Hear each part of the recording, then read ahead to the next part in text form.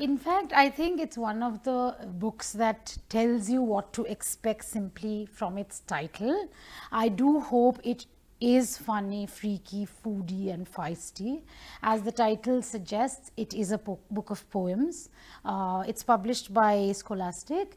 It's been a while since it first came out, 2009. It's the one poetry book of mine that has gone into endless reprints, which fills me with delight because it also says something about the fact that children do read poetry contrary to received wisdom if the poetry appeals to who they are, where they live, if it tickles the funny bone, as I hope some of the poems do. And so I think really the attempt in this book was for me to address a lacunae that I felt growing up. Despite being an avid reader, despite being a lover of poetry, despite studying English literature and going on to write poetry, I always felt a certain, I was mystified, I think, by the fact that why is there such a huge gap between our own lived experience and our own realities and the poetry we study. So, this book begins with a poem that is titled "I'm Sick of Learning Lochinvar," and I think that says everything about the motivation for writing the book. I'm sick of learning Lochinvar. I'm sick of Robert Frost. Kept stopping by those snowy woods. Why didn't he go get lost? That's how I begin the first poem that begins this book. And the narrator goes on to say, if someone ever asked me, as if someone ever would, I'd tell them what I'd like. That makes the poem good. And ends by despairing that where will I ever find such poems on the shelf? Who cares? I'll find a better way. I'll write them all myself. So this was really what I was doing in this book.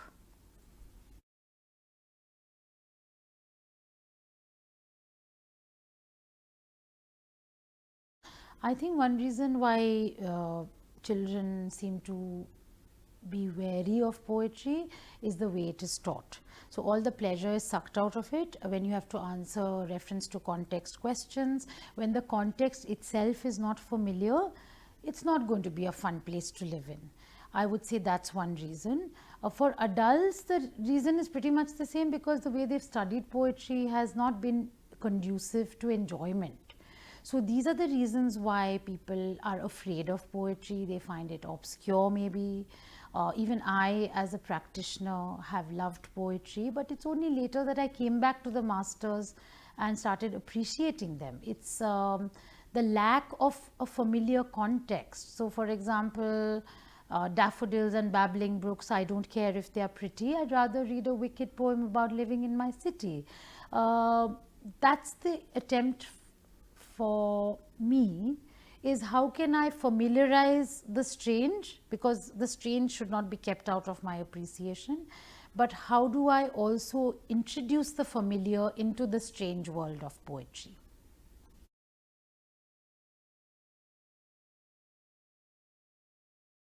I think I'll start with a poem that is towards the end of the book, which is a section on poetry. There are 3 poems there, and I wrote this again in that sort of cheeky way, but it's cheekiness directed at myself as the poet. Poetry is for poets. Poetry is for poets, and poets are all weird. Would you really write a poem if you could grow a beard? Poetry is for sissies, and a sissy isn't me. I'm a cool dude, hero kind, the coolest I can be. Poetry is for crackpots. And why are crackpots cracked? Their poems are so awful that they have gotten whacked.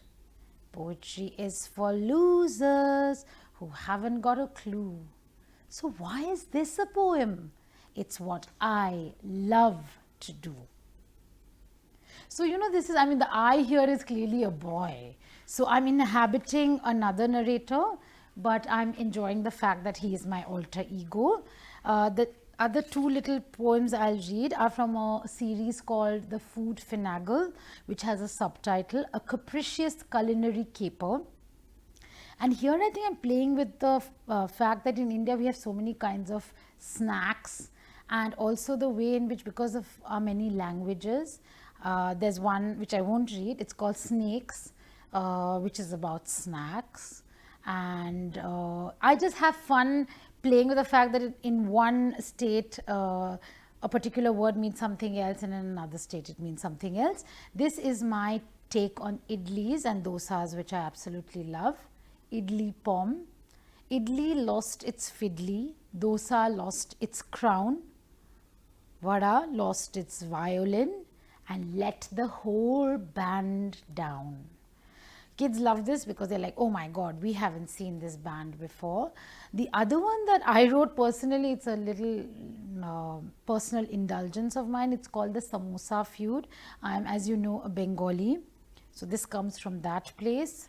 The Samosa Feud. There is an old feud that is waiting to be settled. Call a samosa a shingara and the Punjabi gets nettled. Call a shingara a samosa and the Bengali gets mad. While the two are fighting, there's a plateful to be had.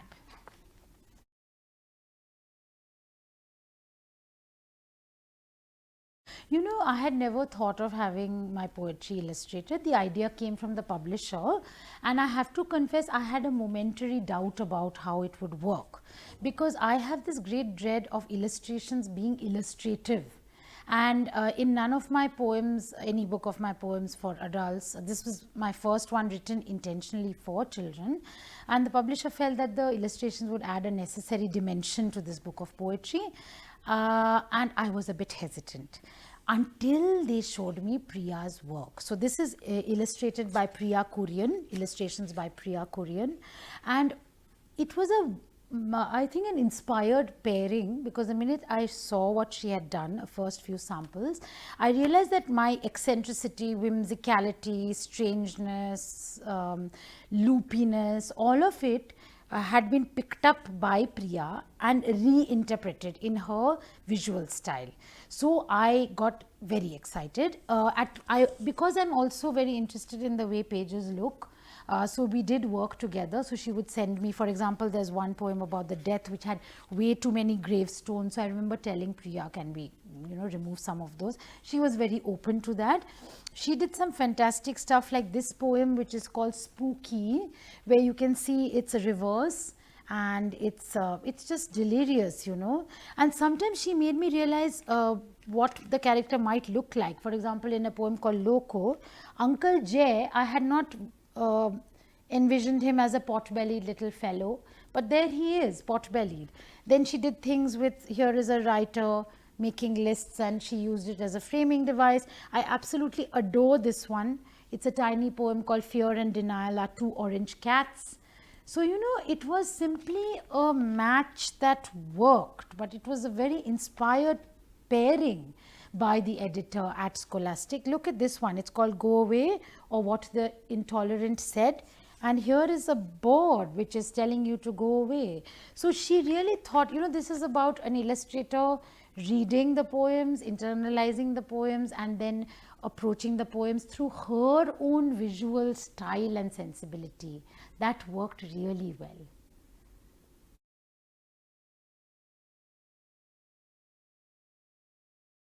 I think they appreciate the humor the most, yeah, especially on a first interaction. So I also pick the funny poems to read because I also want to entice them into this world. So I pick the funny poems, I pick the food poems because that cuts across wherever I travel, the food resonates. There's a poem called Spooky. I just tried to show you the illustration of that page. They love that. I often end my reading sessions with that, because I prep it by saying, let's switch off the lights if I can, and we read it. It's a list poem about all the things that could be spooky. That they love because it's an interactive poem. I make them say spooky in, scared voices, shivery voices, etc. I think they like the fact that there is room in these poems for them to participate. And that's not evident always when you pick up a book, but in a reading interaction that becomes evident. There's a series of poems which is written like drama pieces.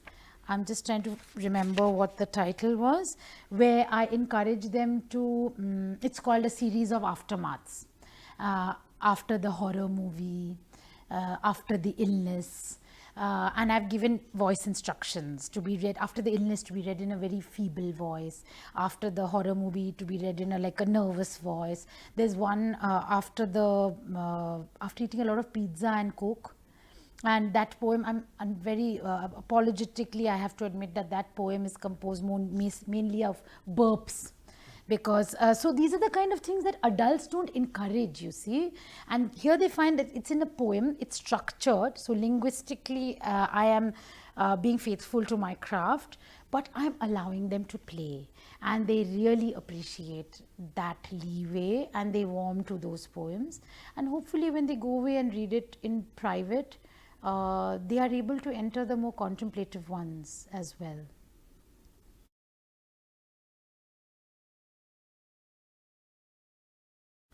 I think parents would do very well to read it aloud. Choose poems from the book, read aloud to their child. There is a gamut of poems here, so age groups from 8 upwards, 18. I do know that the adults love the poems as well, because they are also appreciating other things. So I think if a parent reads with his or her child, reads to his or her child, because I think poetry is essentially an oral art.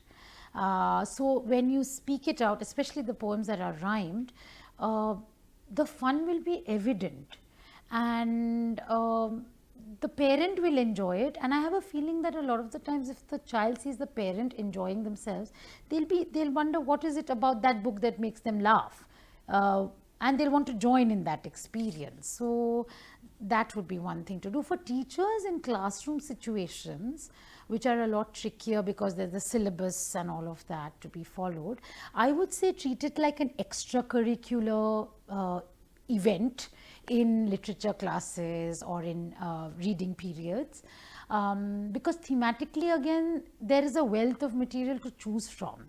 So if, for example, if they are studying difference, or studying intolerance, or studying history, or studying travel, or studying food habits, or you can just open this and find a theme that might work. There's a poem called Journal on, it's a journal through South India. So if you're studying, it's got Honavar and Thalassery, these are geographical places. So I think an inventive teacher can possibly just pick up the book and say, today what am I going to talk to the children about? And is there some way in which I can correlate a poem on fear and denial, a poem on a blue heron, or a poem on childhood, a poem on adoption? It's all here, and perhaps it's just a matter of reading creatively, because we lay a lot of emphasis on writing creatively. Perhaps reading creatively can be just as useful.